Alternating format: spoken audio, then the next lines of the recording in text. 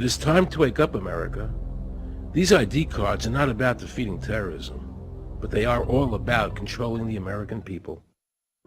I arranged an interview with Catherine Albrecht, a leading authority on the RFID chip. Her book entitled Spy Chips is the definitive book on this subject. I wanted to find out just how dangerous these chips are to our liberties.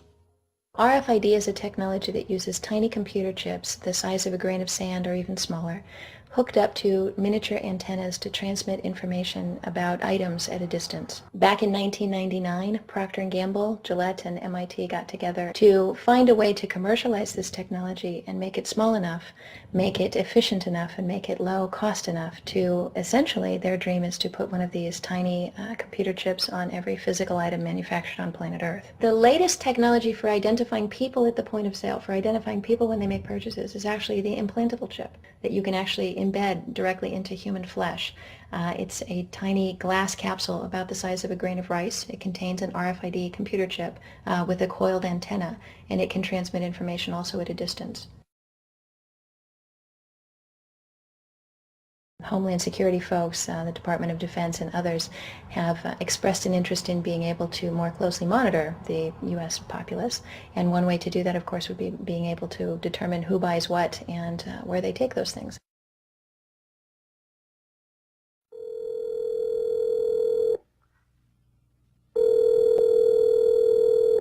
Pizza Palace, guaranteed hot in 30 minutes or it's free. This is Mary. May I take your order? Hi, Mary. Yes, I'd like to order. Is this Mr. Kelly? Yes? Thank you for calling again, sir. I show your national identification number is 610-204-999-8-45-54610. Is that correct? Yes. Thank you, Mr. Kelly. I see you live at 736 Montrose Court, but you're calling from your cell phone. Are you at home? I'm just leaving work, but I'm... Oh, we can deliver to Bob's Auto Supply. That's at 175 Lincoln Avenue, yes? No, I'm on my way home. How do you know all this stuff? We just got wired into the system, sir. Oh, well, I'd like to order a couple of your double meat special pizzas. Sure thing. There'll be a new $20 charge for those, sir. What do you mean? Sir, the system shows me that your medical records indicate that you have high blood pressure and extremely high cholesterol. Luckily, we have a new agreement with your national health care provider that allows us to sell you double meat pies as long as you agree to waive all future claims of liability. What? Do you agree, sir? You can sign the form when we deliver, but there is a charge for processing. The total is $67 even. $67? Well, that includes the delivery surcharge of $15 to cover the added risk to our driver of traveling through an orange zone. I live in an orange zone? Now you do. Looks like there was another robbery on Montrose yesterday. You could save $48 if you ordered our special Sprout Submarine Combo and picked it up yourself. Comes with tofu sticks. Those are very tasty, sir. Good value, too. But I want double meat.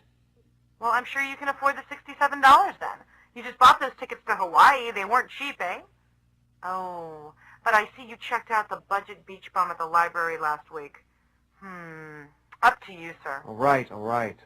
I'll get the Sprout subs. Good choice, sir. Gotta watch that waist if you're hitting the beach, eh? 42 inches. Wow. Man, I'd say tofu and sprouts is, like, required. That's how much? Just between you and me, there's a $3 off coupon in this month's Total Men's Fitness magazine. Your wife Betty subscribes to that, right? Anyhow, clip that and it's $19.99 even. Whoa, looks like you maxed out on all your credit cards. Bring cash, okay?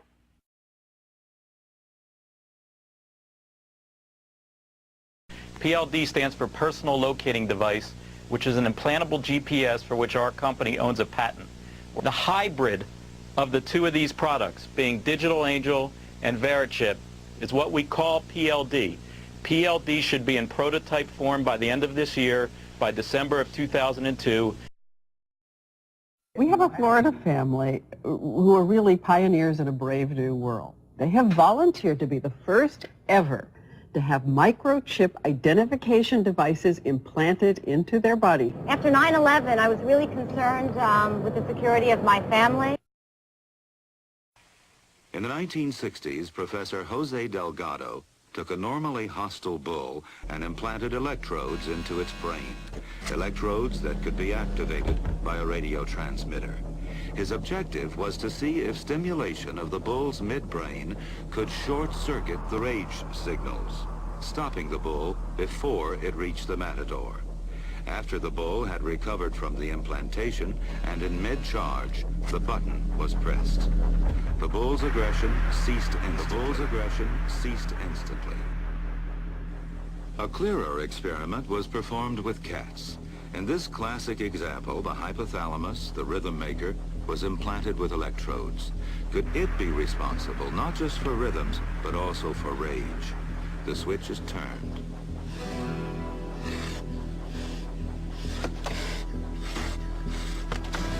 Then the switch is turned off.